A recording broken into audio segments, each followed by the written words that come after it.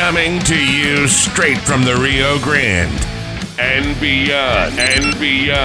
Broadcasting to the four corners of the globe. So grab your seat, your coffee, or your sundowner. Okay, everybody, here we go. On point, as always. This is Gloves Off. Gloves Off. Wherever you call home, we are there. In favorite places. Large spaces.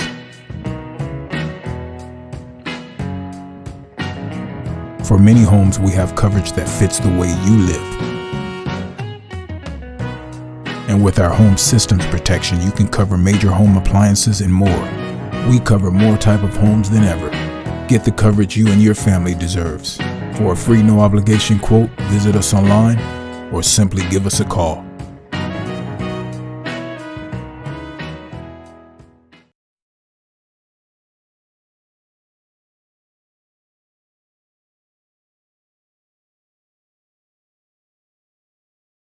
Back at you again with Gloves Off, and today I've got a great guest, a woman that's strong, that's running for Commissioner of Webb County, Ms. Gigi Rodriguez. How are we doing today, man? Hello, good, Mr. Buitron. How are you? It's always a pleasure, like being having this type of talks with you. It's not our first time, and I'm very, very honored for you to giving me this opportunity to reach out to our community this way. Well, it's thank you, and thank everybody that wants to stand up to lead people in a certain in a better way for betterment of life. So I want to thank you for that. And everybody can come and talk if they want to. Those that don't want to come on board, just don't, But I've always enjoyed our conversations, and I've always seen a different perspective, because it's great to see individuals that have different viewpoints that are running for an elected position, because they see things differently that we or our elected officials see. Sometimes they get so much involved that they forget about the people. So tell me, you're at it again. Tell me what's going on. Well, like you mentioned, and I think you did touch a very important point there about how when you become an elected official, you tend to forget about your constituents, about the people who actually got you in the place that you're at. And I feel that is one of the things that it's happening to my opponent. One of the things that I've been walking the streets as we speak, like I've been, every sign that you see on the street, I make contact to the people, whether it's an empty lot, like I call the owner, I make sure I find out who it is. I give that respect to the constituent, and, I introduce myself. And one of the things that I hear a lot, and what the people want, it's a present commissioner, an elected official, a public servant, that it's approachable, that it's reachable for them, for, at least people want to be heard of the issues that the communities are having. So while walking and speaking to people, we do need a lot of presence of the elected official, that any elected official in the street. I've heard a lot of the issues that our community of prison to have. And for me, it's just maybe not the exact word, but it's kind of ridiculous that we have community members within our city limits going through issues that can be fixed, that are very fixable. So when you see those type of issues and not being fixed, it's when you know that the elected official is not doing their jobs. Absolutely. Well, absolutely. Every time, we live in Laredo's. It's one of an older city in Texas, Webb County. And one of the things that I do promise, and I tell them, and I'm not afraid, I am a hands-on person. I even told them, if I have to come and do it myself, I'll do it, because that is one of the things that I want to offer: transparency. And being a full-time commissioner, that is something that we are not having at present. Okay. You know, one of the major points that we always see in Webb County is there's a lot of departments. You know, there's a lot of departments going on. There's a lot of it's unlike the city because the city Correct. controls all the departments that are there, and they appoint whoever they want in there. Yes. In the county, it's different. There is departments, and then there's a lot of categories that are run by The public officials, commissioners. elected Correct. officials, and the commissioners are the ones that actually do the budget. And how do you see that? That's a major issue is understanding budgets. Correct. So one of my biggest sell point here is I have an extensive experience in budgeting. Like right now, I am a full-time employee for the state of Texas. I on my background, it's about budgeting, and that is one of my strongest thing. I am a numbers person, and that's one of the things that I come to bring to the table to make sure the monies that come to our county are allocated correctly to serve the community. That's good. That's good to know. Um, Being a full-time commissioner, as you say, does that mean that if you do get elected, are you going to I will leave your? be, yes, I will be leaving my state employee. Yes, that's definitely one of the promise that I have been making my constituents, that I want to give them the assurance that they will be having a full-time commissioner if I getting elected. Absolutely. When is the elections? The elections, it's next. It's when is it? February 2026, which is next year, next February. It's going to start on February 16th, runs all the way to February 27th, and election day being March 3rd. So it's around the corner. But you know, It is. I mean, you hear like February, like if it's a long time, like trust me, when you're on this, you have your hands like tied, like you're super busy talking to people. When you least expect it, oh my God, it's already January. Like, yeah, getting ready for being on the polls and being out there. you know, the other day I went to go buy something that and at a store, and they were putting up Christmas trees and Christmas Oh, stuff. And I'm like, what happened to Halloween and Thanksgiving? I mean, they're already trust planning me, for I think the days go by so fast, and the marketing out there make our year go by faster by the way they start promoting our holidays. absolutely. It was. I was like, wow, we're already here. Now we're talking about February. February's not that far off.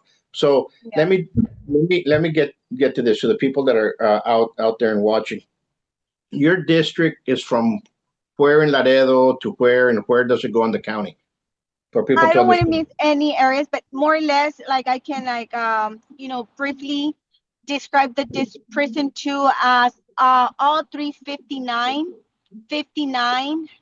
It includes Las Lomas, Oilton, Bruni, Aguilares, Pueblo Nuevo, uh, Wright Ranch. Also, we have people from Lakeside, can vote, Casa Verde, and a little bit on Jackman. You know, there's cut off streets, but also on the Nixon area, there's a Nixon all the way to Saunders. From Meadow, I can describe Meadow like Meadow to the east, that's prison 2. Um, what else? Presidente, Century City, Cuatro Vientos North. But if like I don't want to miss any of the area that, but more or less it's just like the southeast area of Laredo. Absolutely. You know, one of the things that many people complain, and you know, I have children, and you have children as well, is Yes. their children go to college, we prepare them, and we're actually preparing the ones we love to go live on their own. You know, that's basically what we prepare them for, Yeah. and which is just life. But there's a lot of no jobs, so most of our kids are being they go elsewhere, and it You know seems like what? they're I'm within sorry. the they're I'm within sorry the to media. interrupt. So, you know, I don't know, but what do you think about that? What are your thoughts about that? And you know what? As a mother, I am going out through something similar. Like you said, yes, we raise our children here in Laredo, um, expecting for them to become our future. Then we talk about it every time we go, like, okay, these kids are going to be our future elected officials, our future doctors. But sadly, I'm facing that kids want to leave Laredo. We don't have a strong workforce here in Laredo, like for our children to stay. And it hurts me as a mother seeing that my son is just waiting to finish his bachelor to leave Laredo because of the workforce that we're lacking here. You And know, that you're, is something in my platform that I will work very strong to bring a strong workforce for our youth to stay here in Laredo. but that's a very good idea. That's very good idea because we don't have anything here. We don't have manufacturing. We don't have anything. We don't have anybody that wants to look at Laredo because of that reason. They look at Laredo because we're next to the border and we can import and export trucks. And commodities, but anything else, we don't have it. We don't even have plants that can do the jobs here. I mean, we need to. It seems like we've been held back, and I think it's now people are no longer going to take it. They're tired of the issues are going on, and there's no blame to anybody. I just think it's a can that has been kicked down so long that now people are saying, "Wait a minute, what's going on? How come we're the number one land port import in the United States? No, number one. We have Number one. nothing, and we have nothing to show." Correct. And I totally agree with you on that. And like you mentioned, we are a Laredo, and I've always said this, Laredo has the capacity of being a very strong city economically wise. But like you mentioned, we do have the import exports, but all those businesses, they're struggling as we speak. And there's nobody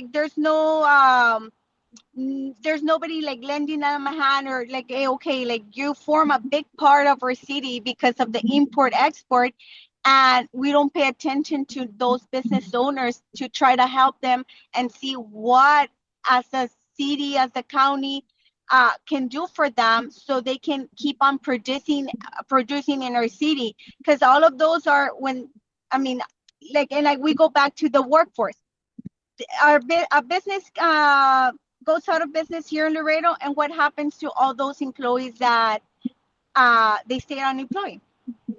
And that's a thing that we need to be very hands-on and be more involved with the community, with the business owners, and say, you know what, help each other on that.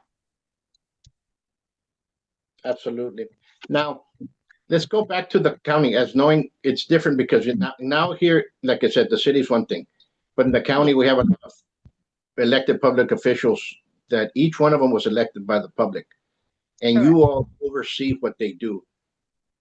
We need somebody up there that is personable enough to talk to everybody and kind of mediate things that are going on because there's a lot of different attitudes that are in the county in per se.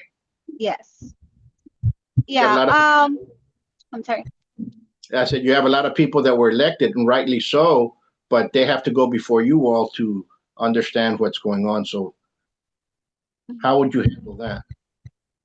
Well, I've always seen myself, and like I'm gonna talk as a previous county employee because I was, and I am familiar with the departments that run the county with the elected official office and everything.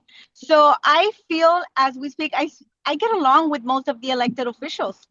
I do, and you see, I've always been a people's person that I don't have an issue like going into every department, every elected official office, if being elected first day on the job, and going and introduce myself and hear them out and see how we can make the county better, how we can, I mean, we all work together. And so on that, I don't have any issue. I'm very approachable, and a lot of people know me there, and they know I'm very approachable, and I like speaking out. I like talking to them and hearing them out on what their needs are. Absolutely. Absolutely. That's what you need. Now at this time, there's a lot of, like I said, there's a lot of people that are not in conform with the government, whether it's municipal or federal. Then and they don't. There's no trust. The lack of trust has been lost by the people. There's nobody Yeah. trusts. They don't trust anything. So we need to rebuild that. So I'm glad to hear that you're a person that's going to try to do that. And you know what? And yes, I did run to one of constituents from prison too that I went, like I mentioned, I did go and I said like, hey, can I have permission to put one of my signs, whatever. I introduced myself, told her what I was running for. And she was very blunt. She was like, you know what? I'm very disillusioned of elected officials. I don't believe in politics.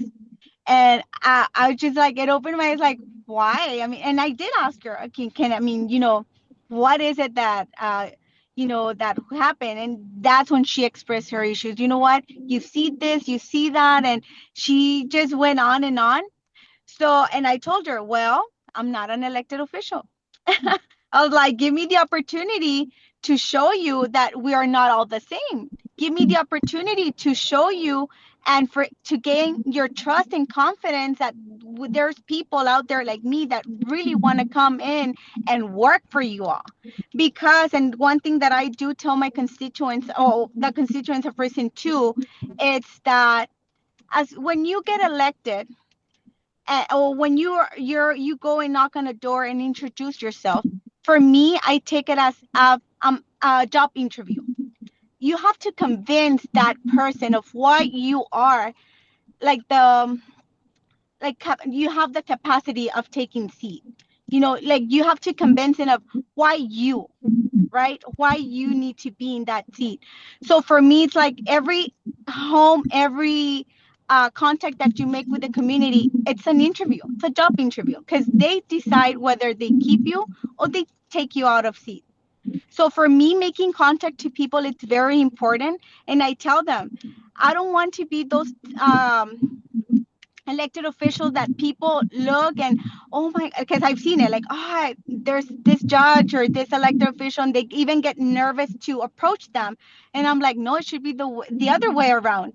We should be like always wanting to approach them because they're our bosses.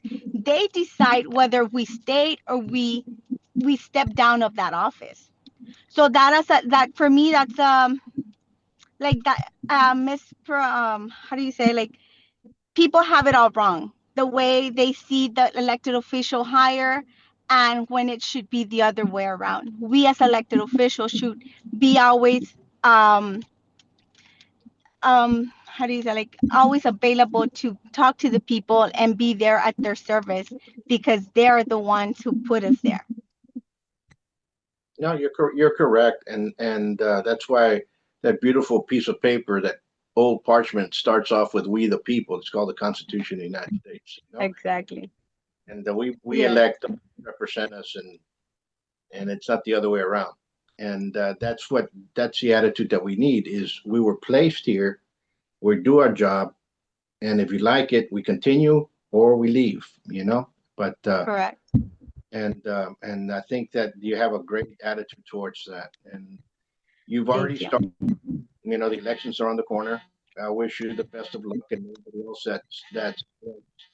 that's going to sign up, because you don't know how many people are signing up or not. Yeah. It's very hard because people want to do something. A lot of people talk about the issues, the problems, but it takes a different kind of person to say, you know what, I'm going to put my name on that dotted line and I'm going to go forward and I'm going to run. And people might like you and people might hate you. And you're up there doing that. And people say, and you're going to have to, one day, let's say you do get elected, and those people that were talking bad about you, you're going to have to help them as well. And those are I the best. agree. You know what I'm saying? And some Yes. people take it the wrong way, and they don't, and it makes a bigger problem. Yeah, and that is very important because maybe they didn't like you or they didn't because they didn't know you. You just have to give them that opportunity to get to know you and win them over. I mean, because it's all better like if we're all in the same page and we all get along, because I feel that that is the only way we can really be a good servant, public servant to the community. Absolutely. Anything else you'd like to tell people out there and that you know about you? Well, like I've said, I'm very hands-on. I'm a very hands-on person. I'm here to work for Precinct 2. Uh, like I mentioned, I'm familiar with the issues that are I haven't really visited some of the areas, but the areas that I've already covered, I already know the issues, and I promised them, like, if getting elected, you will see me very active. You will see me very active with the community, and like really really work hard for the community. And like I one of the strongest thing is that I will be offering like a full-time service for Precinct 2. That's absolutely. Well, I know that I want to thank you for sharing your time and sharing your thoughts and your ideas. I want you to, and I know that you're in a hurry and things to do. Doing mommy duties, like my daughter has a volleyball tournament right now, is running around with my kids, but still, like, I love it. Like I feel it's a given. Always trying to help out others and being involved with the community, still coming home and being a mom full time. Like, oh, I know it's crazy, but it's just our livelihood. Absolutely. So we'll leave you with this. Thank you. And for those folks there, we'll leave you with you all be safe, stay safe, and God bless you all. Until next time, much peace. We'll see you soon. Yes, so thank you. Have a good day. Bye. Have you ever wondered about what happens in a martial arts studio? Well, you start right away by setting goals, building determination, gaining focus, building skills, all while becoming more fit, gaining confidence, and learning self-defense. Buitron Academy is a school where attitude meets aptitude. So give us a call at 956-401-4868